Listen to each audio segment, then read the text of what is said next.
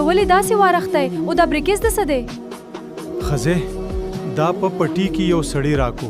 سړیا په دې بریکیز کې به څه وي؟ خزه ما ته پته نشته خو هغه وې دا کور ته ویسه او زما د کال انتظار کوه. رخسار جی ابو. د فایل د څه دی ابو؟ دا طلاقنامه ده. ابو زه خو د صادق په نکاح کیم. د هغه دھوکه‌باز صادق نوم راته ماخله. ابو صادق خهل کده. یا الله دومره ډېرې روپۍ. سړیا مونږ مالدار شو. اوس به گاڑی وي، بنگلا به وي او هر قسم شاپینګ به وي.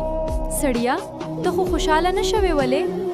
خزه دا ما ته څه چال خکاری. هغه څنګه؟ یو ناشنا سړی هسې په مونږ څنګه دومره مهربان شو.